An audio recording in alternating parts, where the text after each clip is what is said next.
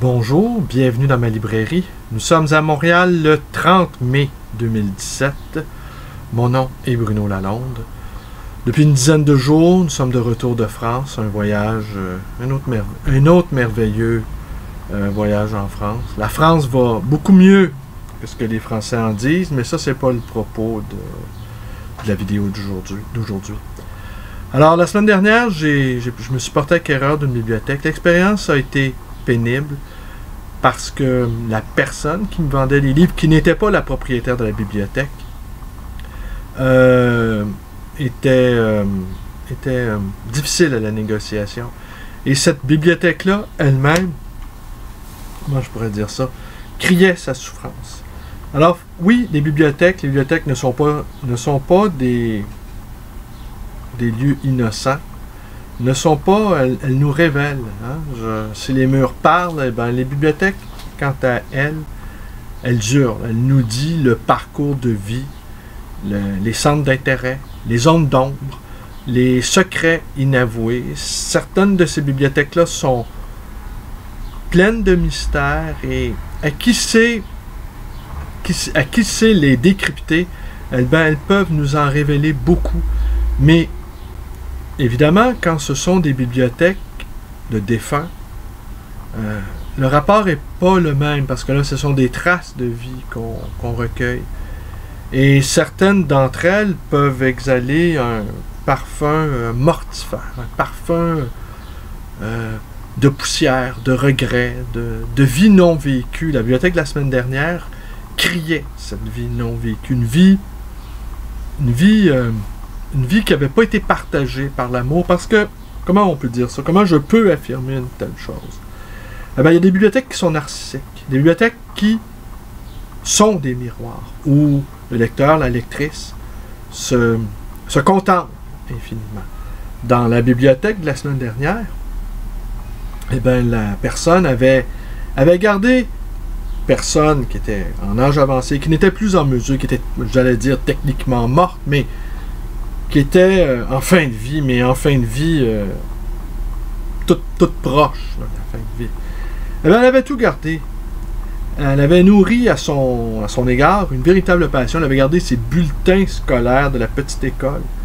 Et tout respirait, toute cette bibliothèque-là respirait l'enfermement sur soi-même.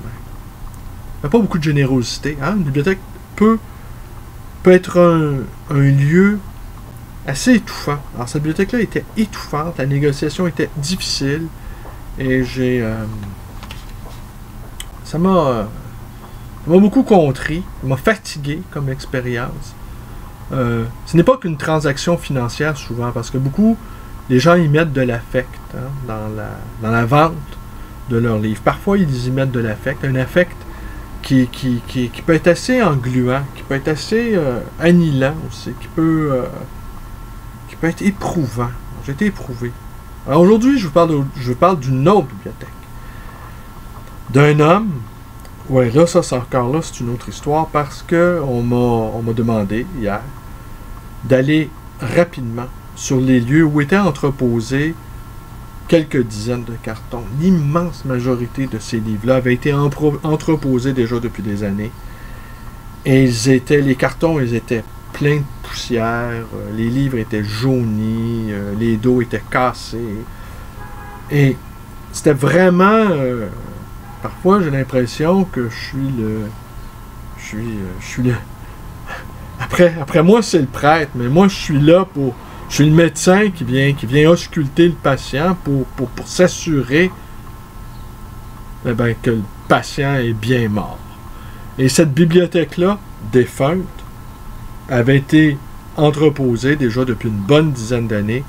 Et le propriétaire, j'ai quand même réussi, était mort déjà depuis une dizaine d'années aussi, et j'ai quand même réussi à rescaper quelques-uns de ces livres. Je vais vous en montrer, tenez, c'est ce que je vais vous montrer tout de suite.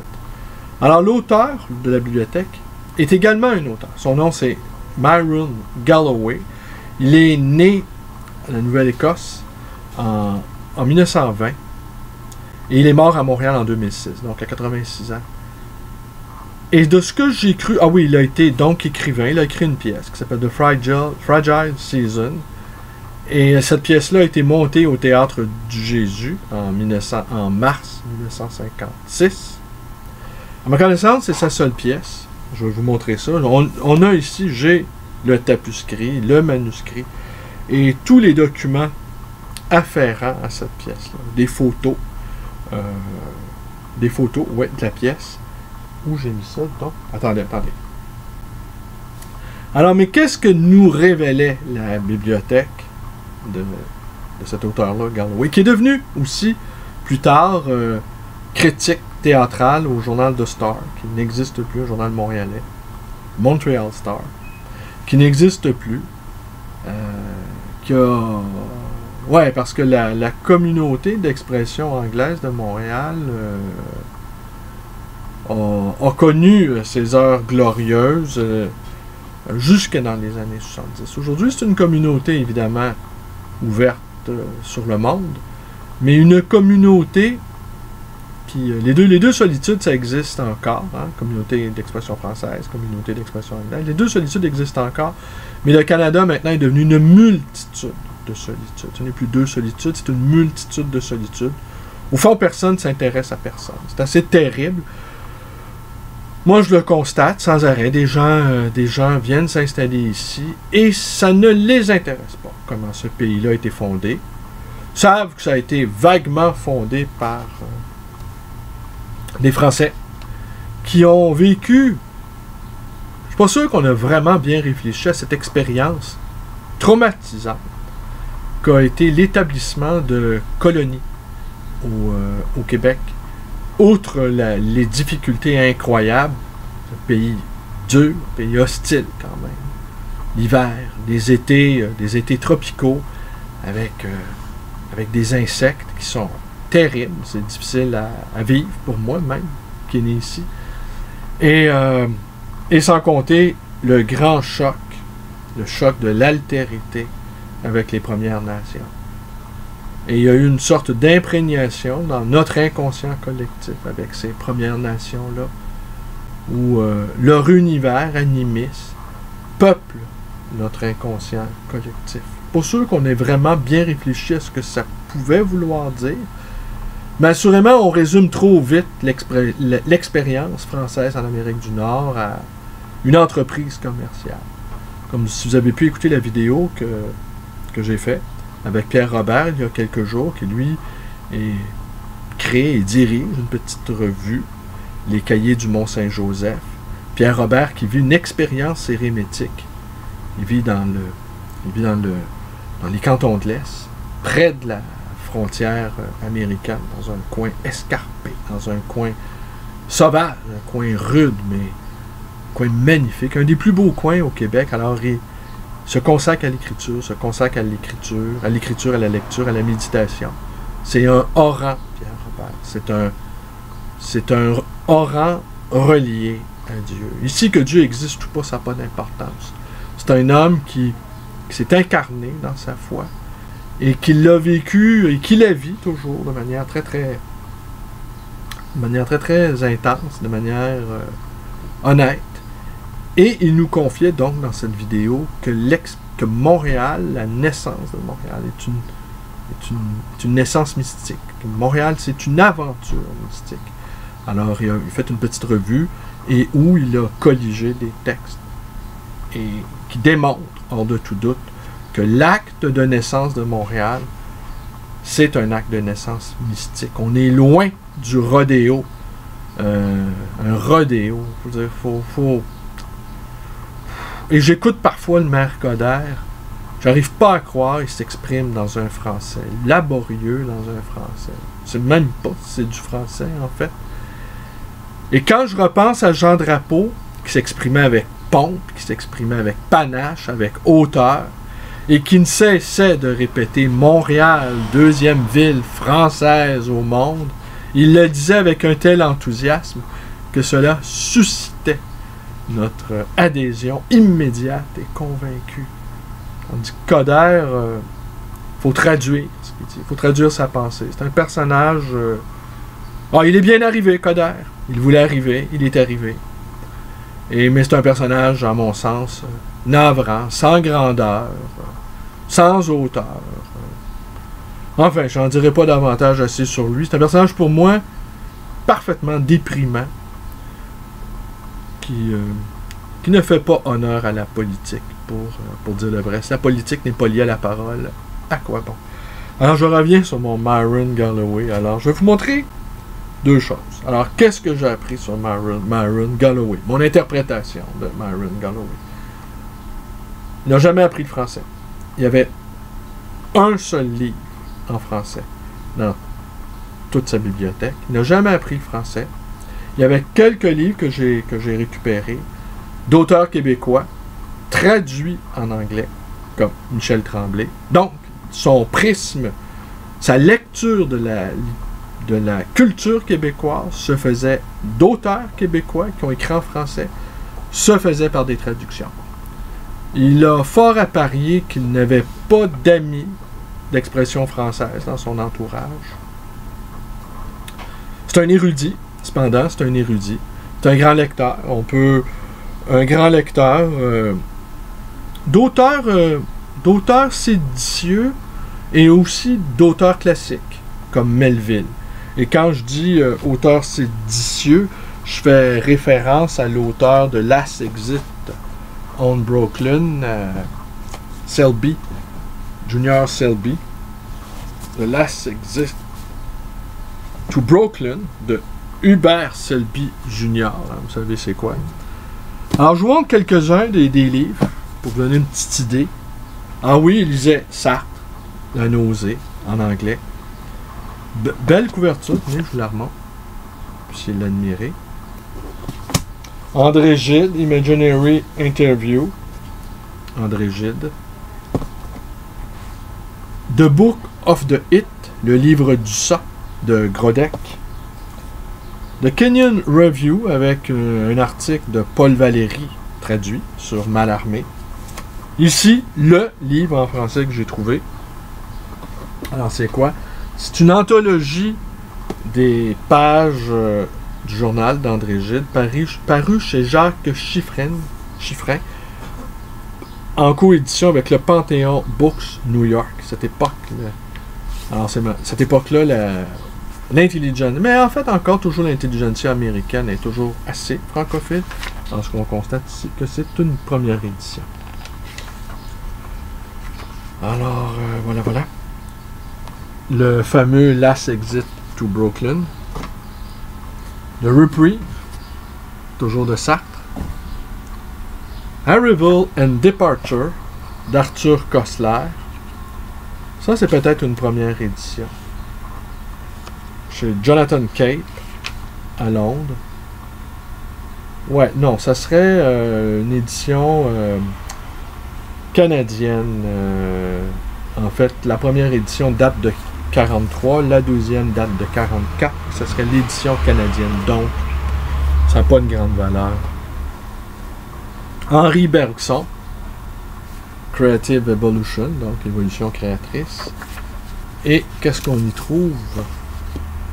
Un exemplaire truffé avec une lettre. Une lettre qui vient de New York.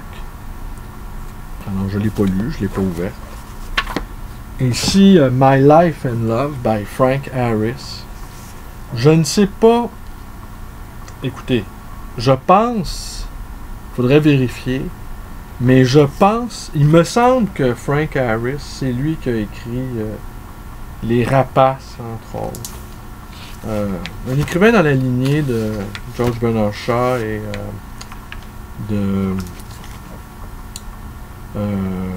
George Bernard Shaw et enfin voilà, je ne...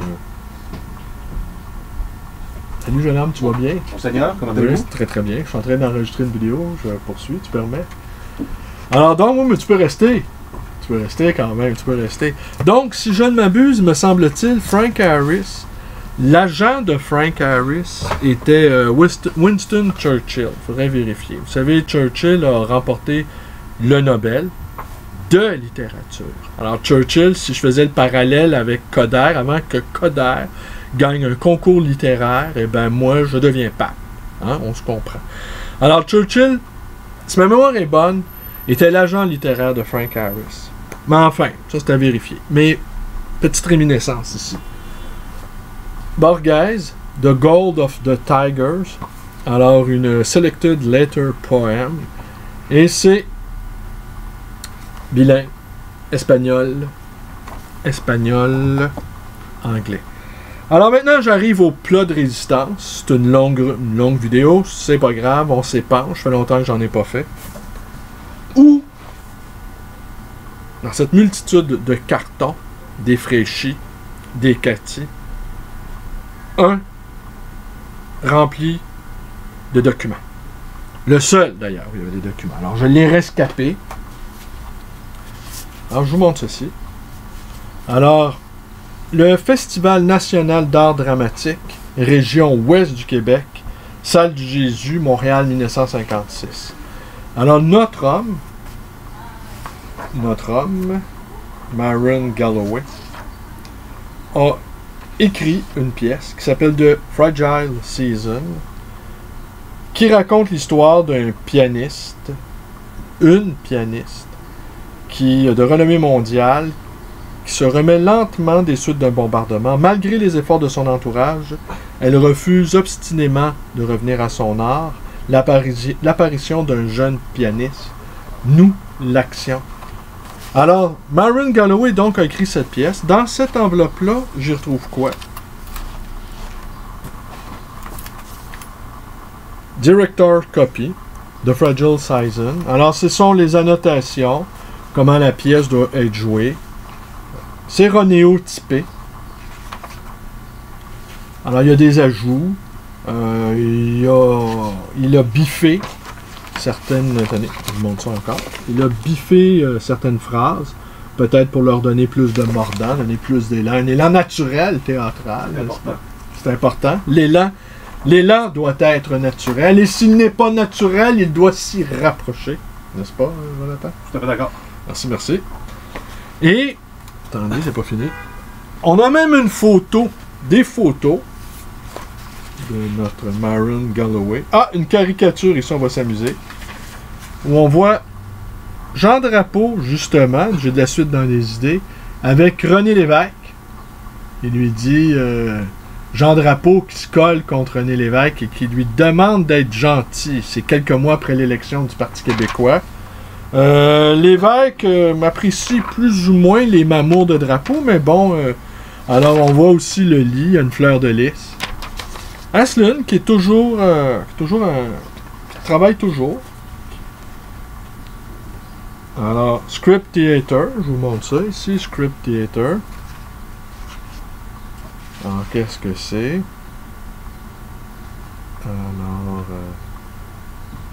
Alors, ici, il a dirigé une pièce, Myron Galloway, et de William Inge. Alors, excusez mon ignorance, je sais pas c'est qui.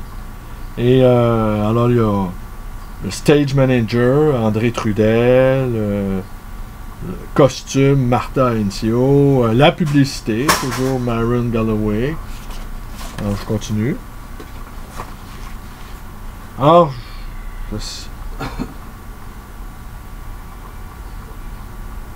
je sais pas c'est quoi ici, qu'est-ce que t'en penses? Veux-tu t'approcher? Tu peux-tu nous lire ce qu'il y a derrière? T'arrives-tu à le lire? Une photo avec un autographe derrière. On va continuer pendant ce temps-là, pendant que mon jeune ami a envoyé d'autres photos. Je présume que c'est tiré de sa pièce de théâtre. Tenez, je montre ça à l'écran toujours.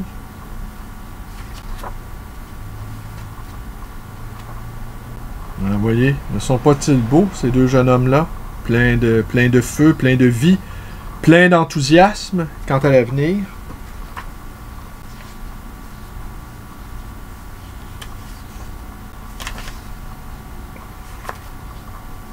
Alors ici, je vais vous montrer quelque chose. Attention, yeux chastes. Ah non, ça c'est des négatifs. Il y a une photo d'un homme nu là-dedans. Eh oui. Écoutez, était-ce lui? Tu vas faire une vidéo là-dessus? Je suis en train de faire une vidéo là-dessus. Il y a une photo d'un homme nu. Est-ce notre homme ou son amoureux ou son amant? Que sais-je? Parce qu'il a fort à parier, si j'analyse les ouvrages, que... Ah, voilà! Regardez ça. Je sais pas si on la voit bien. Ouais. Alors, Jonathan confirme, c'est bien la photo d'un homme nu. Malheureusement. Aucun... Pardon? Malheureusement. T'es pas homophobe, j'espère? Eh non, c'est une blague. Ça semble être sa photo à lui. Alors, je comprends pas pourquoi Pourquoi il y aurait sa photo de lui-même nu? Il me semble que c'est une photo de soi nu, à moins d'être sacrément narcissique. C'est peu. Je m'en allais dire Freud. Freud? Je l'ai compris. Alors ici, peut-être est-ce lui. Regardez-moi ça. Ça ressemble parce que ça ressemble à être le même personnage. Non? Hein? Peut-être est-ce lui. Assurément, ce que... Tu veux l'expliquer? Alors, qu'est-ce qu'il dit là-dedans? Tout simplement, montre-la. Alors, derrière, c'est une... ça semble être une photo, une dédicace envoyée à un ami. Et il lui dit tout simplement, je ne fais que m'amuser avec ce feu. Je ne suis toujours pas un fumeur. Et il la dédicace, mais je ne suis pas capable de lire son nom. Je dirais Bertie. Alors, il joue avec le feu. Et si on regarde cet air dubitatif, semble-t-il, le feu n'est pas loin, quand même. Alors, ça se poursuit. Alors, qu'est-ce qu'on y trouve ici? Bon, ça...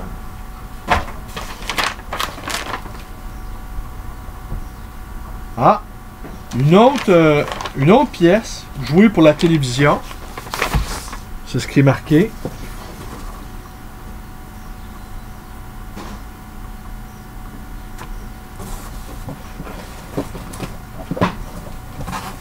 Ça, je vais vous montrer ça après. Je vais conclure là-dessus, d'ailleurs. Alors, The Fragile, la version télévision. Il y aurait eu une version télévision. Oui, The Fragile Season. Alors, avec un accusé de réception de New York qui semble l'approuver.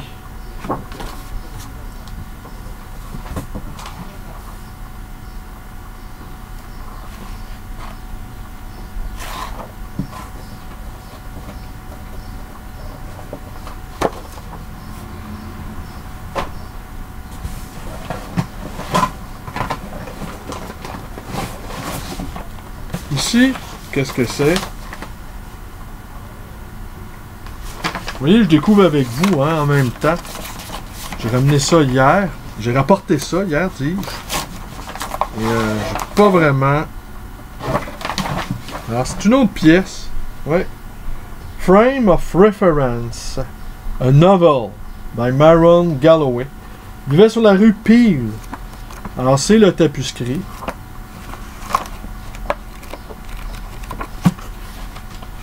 Pas trop qu'est-ce que je vais faire avec ça. Et là, ici, un assez gros document.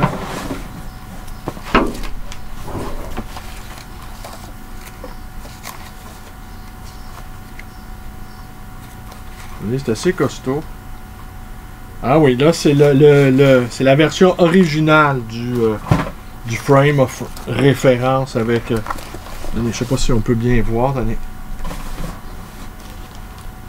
Avec les annotations. Des phrases...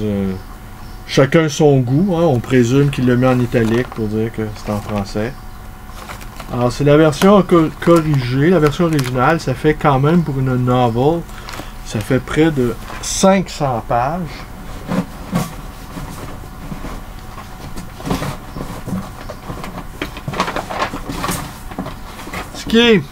Ce qui est troublant dans tout ça, vous voyez, ce qui est bien troublant, ce qui fait que hier, outre la pluie qui tombe sans arrêt sur Montréal, qui nous rend tous au mieux mélancoliques, au pire dépressifs, eh ben, c'est ces rebuts-là d'une vie. M. Galloway est mort déjà depuis une dizaine d'années. Et de penser que, vraisemblablement, il n'y a eu aucun héritier intéressé à ces textes. Je trouve ça assez terrible, une vie consacrée à la réflexion, parce que oui, plus tard, il a été, donc oui, je vous l'ai dit, qu'il a été critique, oui, il a été critique théâtrale. Et personne n'a semblé s'intéresser à ce qui avait été au fond le cœur de sa vie. Là, je vous montre, je conclue là-dessus, cette espèce de gros cahier-là.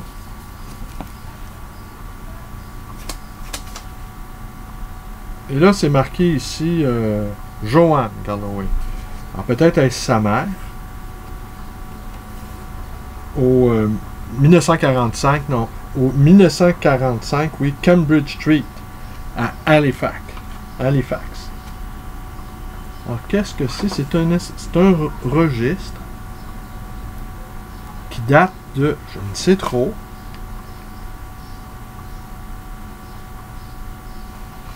je vais vous le montrer. Une traduction de certains passages de la Bible, une Bible protestante. Et je vais vous montrer ça. Translation from Voltaire. Ouais. Tragedy of Mahomet. Regardez. Alors peut-être c'est sa mère qui colligeait dans ce cahier des extraits de livres. Alors, oui, je vous montre ça plus près encore. Aussi admirer. Une belle calligraphie. J'aurais tendance à penser, en tout cas, que c'est la mère. Je m'avance ici.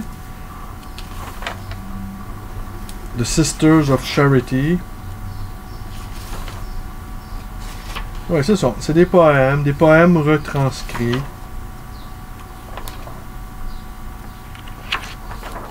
Encore là, un véritable désir d'écriture. Ah, ici, une généalogie peut-être.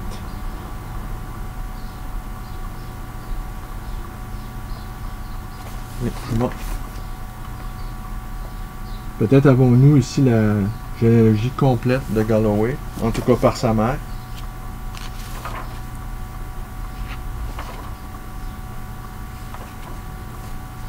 Vous voyez ici une autre écriture. Il ne semble pas que c'est... Oh, des coupures de journaux. Vous voyez, je le découvre en même temps que vous, hein?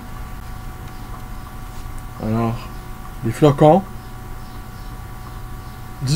Découpés dans un journal. On a une date. 1892.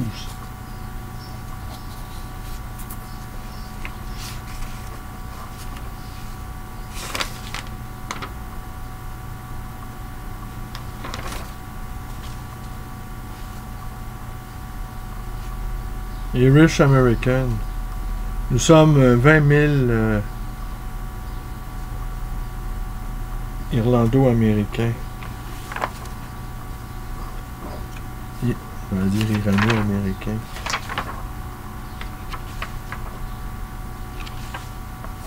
Irish Names. Oui. Alors, ça semble être un journal de bord, comme je vous dis, de citations et de références. Alors, le livre est... il y a plusieurs pages où ça s'arrête. En fait, le projet était de grande envergure, mais elle s'est arrêtée à environ... Elle a écrit peut-être 15% de ce gros livre-là. Là, ça réapparaît tout à coup. Dans le milieu.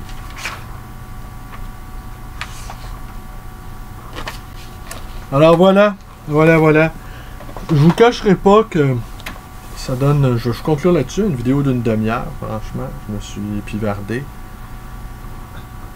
Parfois, c'est un métier... on peut avoir de la joie à découvrir ces archives-là, mais on peut également éprouver un chagrin de constater que toute une vie peut se vivre et qu'il n'y a aucun témoin prêt à recevoir les traces de ce témoignage, les traces écrites de ce témoignage.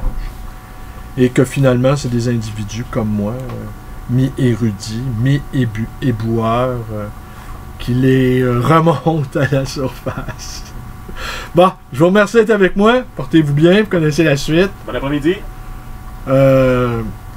Ma chaîne YouTube, ma librairie d'occasion et d'anciens, le livre voyageur, ainsi que ma page Facebook, où j'écris pratiquement tout le long de la journée, au gré de mes fantaisies, sans trop me casser la tête. En fait, j'écris sans réfléchir. J'aurais passé ma vie Je vais exactement dire ça. que j'écris sans réfléchir. Je vais pas la blague. Mais tu peux la faire parce que j'aurais vécu une vie sans réfléchir. Et j'espère plus tard ne pas laisser des traces aussi Colossal. colossales. Mon ami, là, attends, un sacré sens de l'humour. Mais tu me dis bonjour à la caméra? Je vais te laisser La finale? la finale. Allez, portez-vous bien. Merci.